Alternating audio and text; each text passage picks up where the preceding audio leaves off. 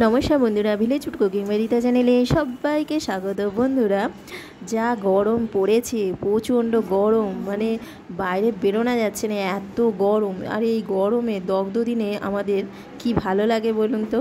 তো এই দগ্ধ দিনে আমরা যদি জল ঢালা ভাত বা পান্তা ভাত খাই তাহলে কিন্তু আমাদের শরীর একদম সতেজ থাকবে।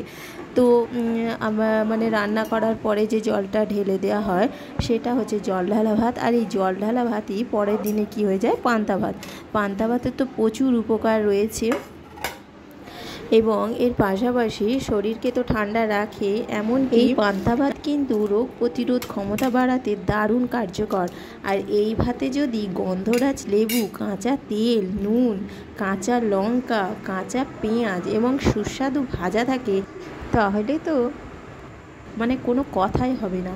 এই ভাত কিন্তু খাওয়ার আলাদাই আনন্দ। তো প্রথমে আমি মটর ডালটাকে ভিজিয়ে রেখেছিলাম, সকালে ভিজিয়েছিলাম, আর আমি সন্ধ্যাবেলা ডালটাকে মিক্সিতে পেস্ট করে নিয়েছি। এর মধ্যে যেটা দিচ্ছি, হলুদ গুঁড়ো দিয়েছি, এখানে আমার 300 মতো মটর ডাল। তো এর মধ্যে হলুদ গুঁড়ো দিয়েছি, লবণ দিয়েছি, জিরে দিয়েছি, সবই পরিমাণ মতো। একটু লঙ্কা গুঁড়ো দেবো,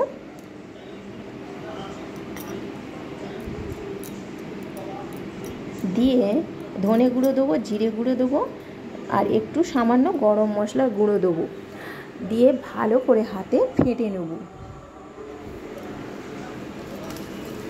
গরম ভাতের থেকে কিন্তু এই জল ঢালা ভাত বা পান্তা ভাত কিন্তু বেশি খাওয়া হয়ে যায়। আর এই রকম যদি চাট থাকে তাহলে তো কোনো কথাই নেই। তো এরপরে আমি কড়াইয়ে সাদা তেলে বড়ার আকারে ভেজে নেব।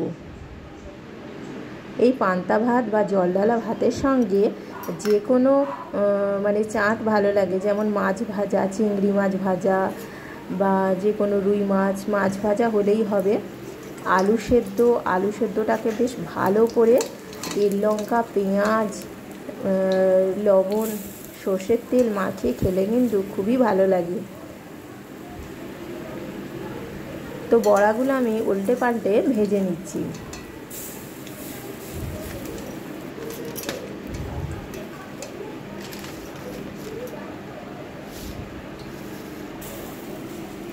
গ্রাম বাংলায় তো এই রকম পান্তা ভাত, জল ঢালা ভাত প্রায়ই হয়েই থাকে। তারপরে আবার এই প্রচণ্ড গরম, পান্তা ভাতে কিন্তু প্রচুর পরিমাণে পুষ্টি রয়েছে এবং শরীরের রোগ প্রতিরোধ ক্ষমতা বাড়াতেও কিন্তু সাহায্য করে। শরীরের শক্তি বাড়ে, অসুখ বিসুখ সহজেই কিন্তু কাবু করতে পারে না, আর খেতেও কিন্তু খুবই সুস্বাদু।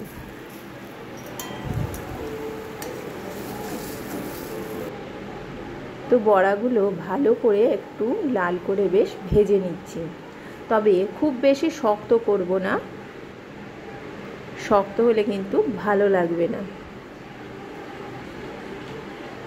লো ফ্লেমে এটা ভেজে নিতে হবে।